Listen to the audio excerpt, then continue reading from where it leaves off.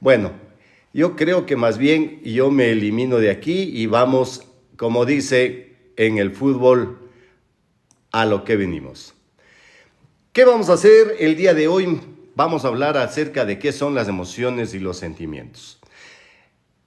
¿Qué afecta al aprendizaje? Los tres sentimientos más difíciles de controlar y manejar dentro de lo que es el aprendizaje. Y aquí viene algo novedoso. Habrá unas tres resolución de casos. Si no podemos hacerlo a través de Zoom, lo haremos a través de TikTok, una resolución de caso, si es que hay algún papacito, alguna mamacita interesada en algo. Y las recomendaciones que se requieren para este trabajo. En primer lugar, doy el paso y el saludo a Yasmín Pazmiño Granda, nuestra colaboradora en constelaciones familiares, para que nos ayude un poco en qué son las emociones. Muy buenas noches con todos. Les saluda la ingeniera Yasmín Pazmiño. Como les decía el doctor, soy ingeniera en administración. He hecho algunos talleres, actividades dentro de lo que es constelación y hoy en día certificándome ya como consteladora profesional. ¿Qué es lo que vamos a hablar? ¿Qué son las emociones? ¿Qué son nuestras emociones? Son las respuestas fisiológicas a estímulos internos o externos que pueden surgir de manera espontánea y automática. Las emociones son básicas para la supervivencia y nos permite adaptarnos al medio. Entonces, esto es lo que nosotros definimos como las emociones, tanto en los niños como en los adultos. ¿Sí? Ahora, hay una gran diferencia entre lo que son las emociones y lo que son los sentimientos. Los sentimientos son una interpretación personal de las emociones y se consideran emociones más elaboradas o complejas. Los sentimientos implican una reflexión constante sobre la emoción y la interpretación que le damos. ¿Qué es un sentimiento? El amor, por ejemplo. El amor es aquello que sabemos que estamos enamorados, pero no podemos definir qué mismo, ¿no es cierto? Entonces, en ese sentido, podemos aclarar nosotros que una emoción es un estado físico que surge como respuesta a un estímulo externo. Entonces, este estado físico en los niños se presenta por algo que le está ocurriendo en la parte externa, puede ser en la escuela, puede ser en la casa, puede ser en el patio, en algún lugar de juegos, ¿sí? Y es un estado físico que se ve tanto en su rostro, cuanto en su forma corporal y cuanto se ve también en sus expresiones. Expresiones verbales, expresiones gesticulares, la forma de tratar, la forma de dirigirse a las personas, cómo reacciona ante un hecho, sea pasivo o sea más bien de carácter peligroso, cómo reacciona. En tanto que el sentimiento es una asociación mental y reacción a la emoción, ¿sí? Vamos a suponer que un niño está por la calle y se acerca a un perro y automáticamente este niño salta, brinca, se asusta, se hace para atrás de manera instintiva. Esa es la emoción, una explosión de un estado físico, en tanto que el sentimiento es una asociación mental y reacción a la emoción. ¿Qué le puede causar este hecho de ver un perro que le salió a ladrar?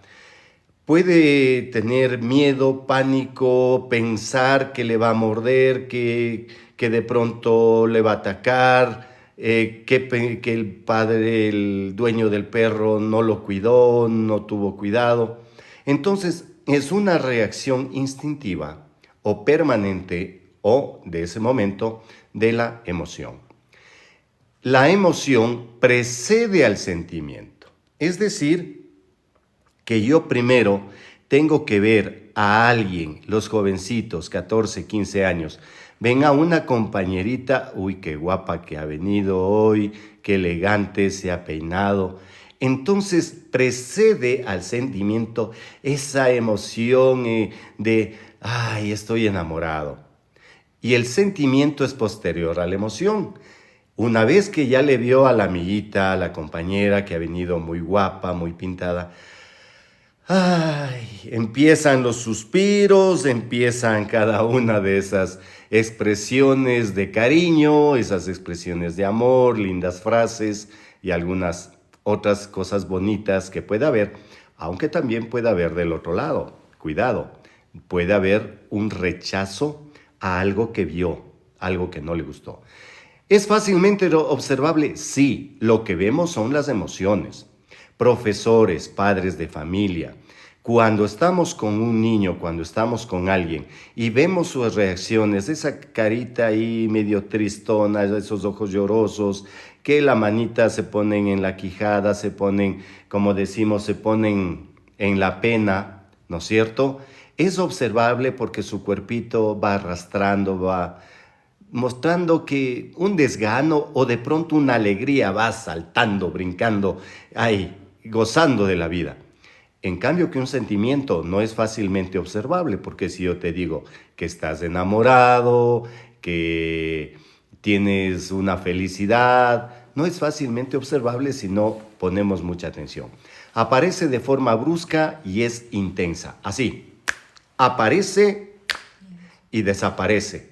Es un acto involuntario e intenso de corta duración. Se presenta con moderada intensidad y no bruscamente es del sentimiento. ¿Sí? Sí, uno se va enamorando, va viendo a la chica, ¿no es cierto? Las chicas van viendo al amigo que hoy ha venido peinadito, arreglado, perfumado, bañado. Y eso es moderada, inclusive hasta con cierto así reparo, calladitas. La emoción es un estado afectivo pasajero. Es algo que pasa en pocos minutos, tal vez dependiendo el nivel de la emoción, ¿sí? Vimos un accidente. ¡Ay! El susto, uy, y despuesito, ¡ay! ¡Qué tranquilidad! Mis hijos, ¿cómo estarán? Y empezamos ya con el sentimiento. Un estado afectivo de carácter duradero porque a través de haber visto un accidente, trasladamos esto a la familia a pensar, uy, mis hijos, ¿cómo estarán mis hijos, mis nietos, mis parientes, mi papá, mi mamá? Y empezamos con todo eso. Una vez que ya conocimos esto, entramos de lleno a lo que es ya las emociones en la escuela, ¿sí? A los niños y cómo afecta esto a su proceso de aprendizaje. ¿Cuáles son las tres principales emociones que tenemos que revisar? Es el miedo,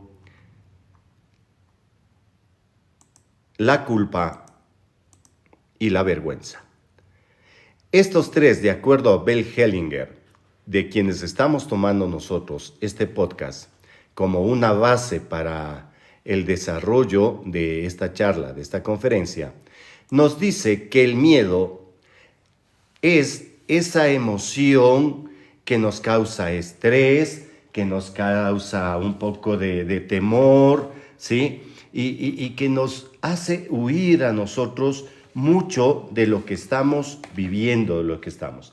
Para esto voy a dar el paso a Yasmín, que está con nosotros colaborando, para que nos dé esta explicación de el miedo y todos los miedos posibles que hay. Dejando aclarado algo, si alguien tiene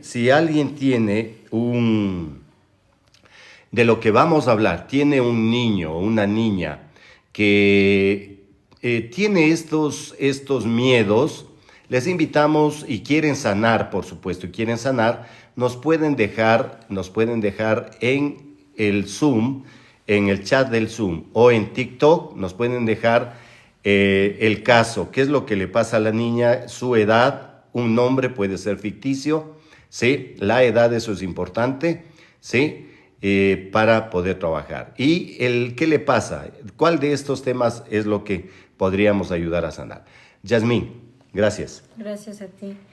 Bueno, dentro de los miedos, como ustedes pueden ver, tenemos la clasificación del miedo a lo desconocido. ¿Qué es lo desconocido para los pequeños que estamos diciendo?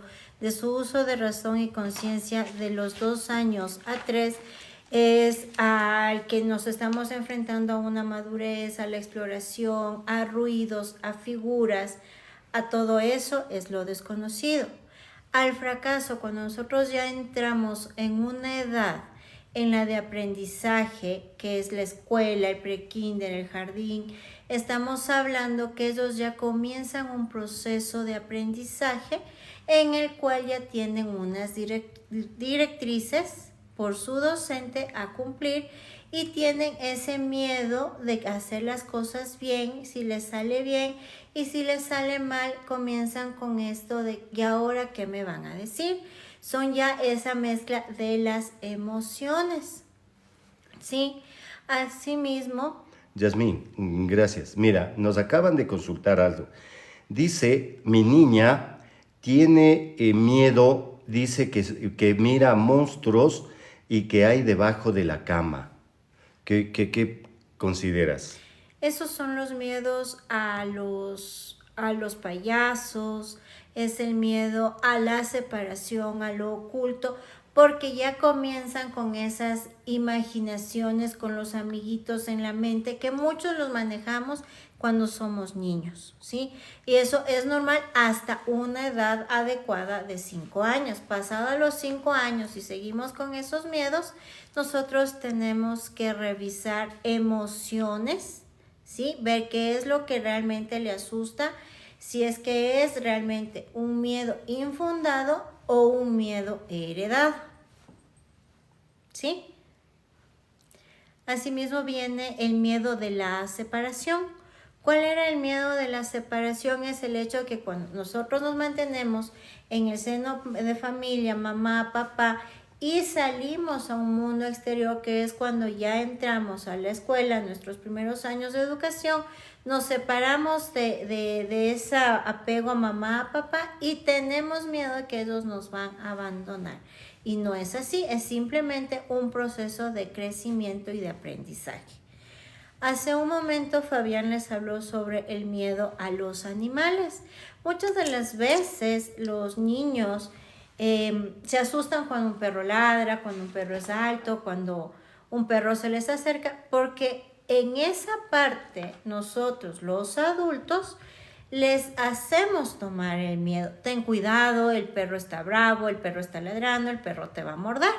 Y sin embargo, el perro, los perritos y todos los animales como tal son muy amigables, porque un niño es tan puro que el animal entiende que es niño y es amigo, más que al adulto ya sabe que el adulto ya tiene otra concepción y lo puede tratar bien o lo puede tratar mal. Asimismo viene el miedo al médico. ¿Por qué miedo al médico? Y muchos de nosotros recordaremos que nos pasó o lo hemos hecho con nuestros hijos en el proceso de que si no te abrigas, te voy a llevar al médico y el médico ¿qué te va a hacer? Te va a pinchar. ¿Quieres que te pinche? Entonces, como los niños toman ese miedo a las agujas en su mayoría, entonces dicen, ay, no, entonces mejor me porto bien, mejor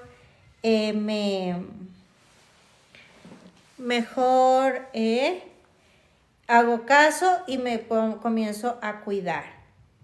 Bien. Asimismo, nos acaban de enviar por TikTok, ¿sí? Dice Alexita, la primera nos dice, el miedo también se hereda, dice Alexica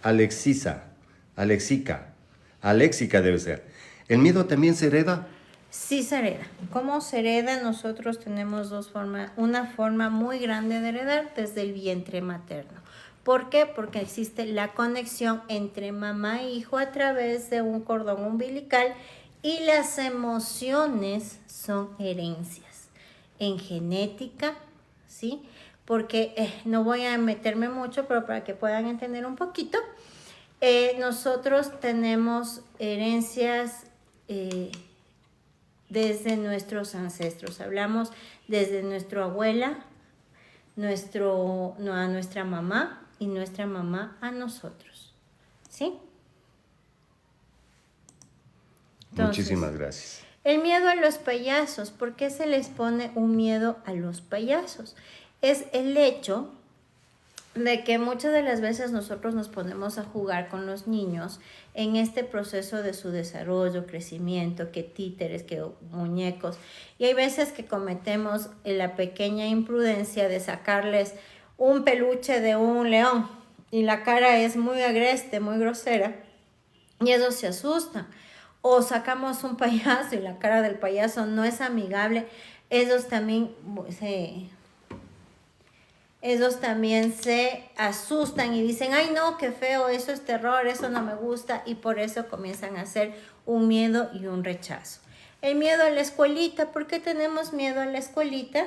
Porque muchas de las veces, no, como les decía hace un momento, en el miedo de la separación, piensan que nos van a abandonar ahí, que no van a ir por nosotros, y cuando comenzamos en el proceso de aprender, tomamos el miedo de que estoy haciéndolo bien, no estoy haciendo bien, o que a veces sin querer, en inconsciencia consciente, los profesores y los papás decimos, estás haciendo mal, ¿por qué haces mal? No tienes que salirte de la línea.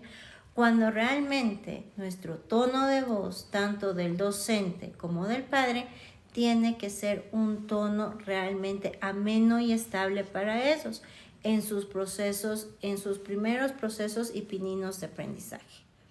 ¿Sí? Muchísimas gracias, Yasmín.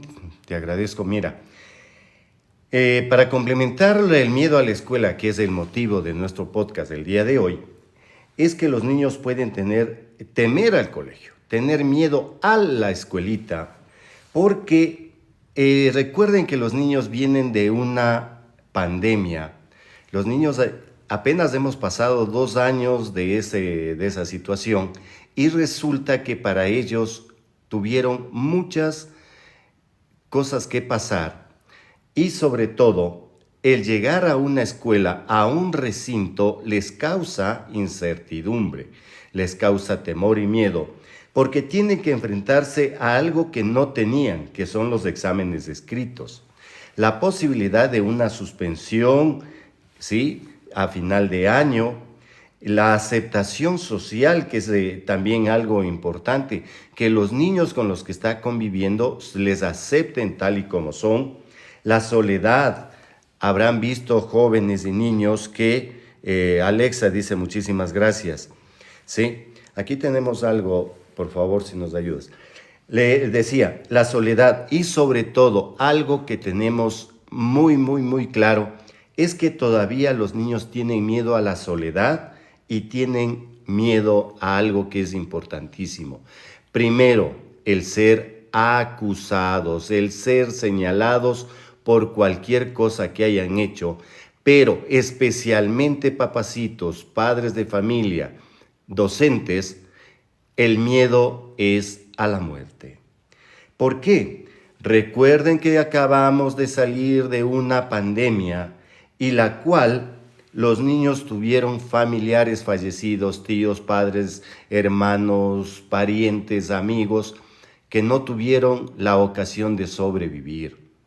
Eso les causa estrés, les causa miedo y mucho más si es que hoy en día en algunos colegios se está dando el hecho de que hay hoy enfermedades, nuevas gripes y que se enferman mucho. Desde el punto de vista médico, he tenido la oportunidad de hablar con algunos, me dicen que como tal virus no existe. Es un aspecto psicosomático que se está dando en la gente porque el estrés de la falta de energía eléctrica, el estrés de la falta de dinero, el estrés de la falta de trabajo, el estrés de la falta de seguridad, es la forma en la cual nosotros expresamos que es sencillamente enfermarnos, asistir a un médico. Muchas ocasiones lo que nos darán es lo típico de siempre, unas tabletitas para calmar, pero en realidad la solución está en sobrellevar esto que se llama el miedo. Tenemos una consulta. Dice Alexica, tengo 43 años y todavía tengo temor como muchas cosas, situaciones como si fuera una niña. Dentro de esto, Aléxica, ¿qué temores tienes? Si es al miedo, miedo a la oscuridad, miedo a estar sola. Depende de eso, nosotros podríamos darte una pequeña guía y tomar tu ejemplo de miedo para poder dar una explicación y una expansión. Qué lindo caso, mujer, 43 años, tiene miedo. Aquí podemos hacer una constelación y revisar qué pasó en su niñez. Si Alexi, te dejamos de tarea, ¿qué es lo que te ocurrió? ¿Qué es lo que te pasó posiblemente de niña si tuviste algún inconveniente? ¿Sí? Dice, correcto, vamos ahí, seguimos. La culpa. La culpa se entiende como un sentimiento de estado emocionalmente desagradable, que se produce después de una transgresión o continua hasta que se restaura algún tipo de equilibrio, siendo relativamente independiente que otros conozcan la acción que lo motivó. ¿Sí? ¿Qué significa tener la culpa? Tener la culpa es esa conciencia que nos dice que algo hicimos mal, alguna cosita, transgredió la ética, transgredimos la moral, transgredimos las buenas relaciones interpersonales. Y esa es la culpa, entre comillas, que decimos es la conciencia que no nos deja vivir en paz. ¿Por qué? Porque tenemos esa situación de que la autoconciencia es lo que nos va comiendo, nos va carcomiendo, nos dice qué hicimos más, ¿sí? Ahora, ¿cómo se desarrolla la culpa? Esta culpa, que es un sentimiento que surge cuando sentimos que hemos roto una norma ética o hemos causado daño o dolor a alguien, tendemos a rechazarla porque es desagradable. Nos hace sentir mal y en ocasiones puede ser hasta destructiva porque nos puede llevar a situaciones bastante complicadas, bastante negativas. Entonces, ¿qué sucede? Que de acuerdo a la edad, la culpa se desarrolla a medida que los niños adquieren conciencia de sí mismos y de las normas. Por eso es importante a los niños recalcarles, decirles qué es lo que está bien para nuestra sociedad y qué es lo que no es correcto que se realice. ¿Sí? Entonces, eso es importante. La autoconciencia, los niños empiezan a reconocerse como seres independientes con pensamientos y sentimientos propios alrededor de los 18 a los 24 meses. Otra situación en la culpa, tenemos 10 minutos, sí, tenemos 10 minutos. Recuerden que después de esto pasamos directamente a lo que es el TikTok para solucionar casos. La culpa viene en los niños por tomar lo ajeno, un robo de los lápices, de los borradores, de una cartuchera, eso que cometemos, esa travesura de esconder las cosas a los compañeritos en algún lado. Una agresión física, pegar a un niño, pegar a una compañerita, a un compañero, no obedecer, ¿no es cierto?, órdenes de sus mayores autoridades, quienes sean hermanos mayores, papás, mamá, profesores. La negación de ayuda, ¿sí? Si alguien le pide ayuda, se niega a hacerlo, eso le genera una culpa luego porque dice, ¿por qué no le ayudé? Podía haberle ayudado. Y la culpa al fracaso. Una culpa al fracaso que ya hablamos y va de la mano concomitantemente con el miedo. Yo voy a fracasar, ¿pero por qué? Porque es culpa mía, yo no puedo, yo no sé, soy vago, soy tonto y todo. La solución es reconocer los sentimientos y sus desencadenantes.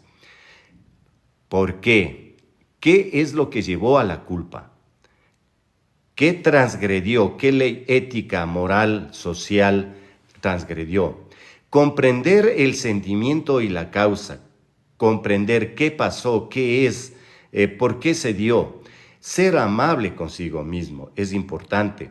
Actuar de manera adaptativa, ¿qué significa? Enseñarle al niño a ser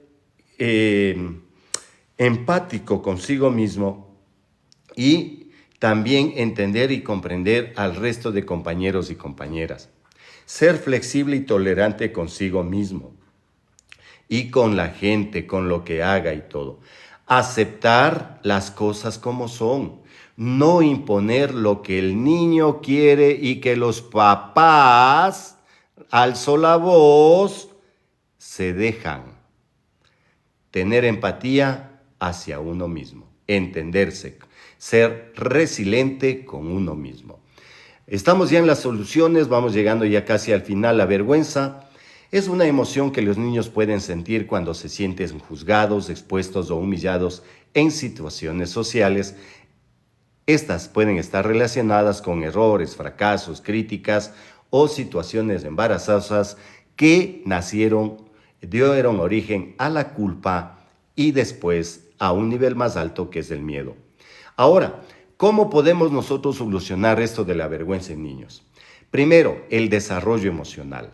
La vergüenza mal gestionada puede tener un impacto negativo en el desarrollo emocional del niño y por ende esto puede llevar a la baja autoestima, ansiedad, depresión, problemas de autoimagen y por supuesto a problemas de aprendizaje. Es decir, que tenemos que llegar a la raíz de lo que es, ¿no es cierto?, el desarrollo emocional, por qué se da la vergüenza, por qué se da la culpa y por qué los miedos. El autoconcepto. La vergüenza constante puede dar lugar a una percepción negativa de uno mismo y los niños pueden empezar a verse a sí mismos como ineptos o indignos de amor y de aceptación. En tanto a las relaciones sociales, la vergüenza puede afectar las relaciones sociales de un niño. Pueden volverse retraídos, evitar situaciones sociales o enfrentar dificultades para establecer relaciones cercanas. Rendimiento académico. Ahí viene lo fundamental. Aquí está la cerecita del pastel. La vergüenza puede interferir en el rendimiento escolar, en sus exámenes, en la entrega de tareas, en su actuación en clase, en los trabajos grupales, en los proyectos, en los talleres, en los juegos que tienen en mitad de clase o en los recreos, ¿no es cierto? Esto afecta en el rendimiento general escolar, ya que los niños pueden tener miedo de cometer errores en el aula, y ya vimos que es una de las causas que se genera. Y la vergüenza, ¿cómo podemos aliviar? Las soluciones: fomentar una comunicación abierta, validar sus sentimientos, enseñar la diferencia entre vergüenza y culpa, fomentar la empatía, modelar la resiliencia, fomentar la autoestima, establecer expectativas razonables o enseñar estrategias de afrontamiento. Estas soluciones, por supuesto, tenemos que nosotros llevarlas a cabo en diferentes momentos y tratar cada uno de estos temas de manera completamente independiente. ¿Sí? De manera completamente independiente, que es lo que nosotros tenemos que trabajar, tenemos que hacer. Entonces, en este sentido, mis queridos amigos, dejamos a ustedes